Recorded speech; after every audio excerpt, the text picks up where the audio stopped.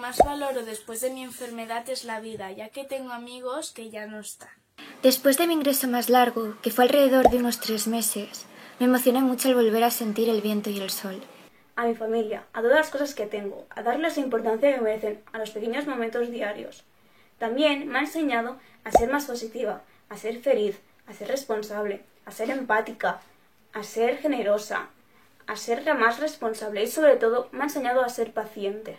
Y lo que aquella experiencia me enseñó fue a dar valor a las cosas que realmente importan.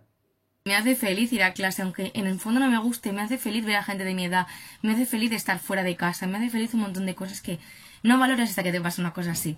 Cuando estás confinado o confinada y haces algo que tú no quieres hacer y estás obligado a hacerlo, pues te das cuenta del valor que tiene ser libre y salir a la calle.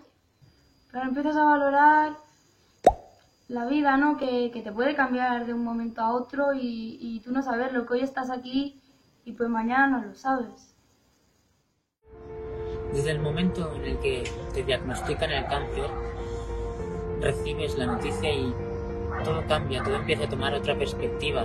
Le das más importancia a aquellas cosas que antes del diagnóstico no le dabas.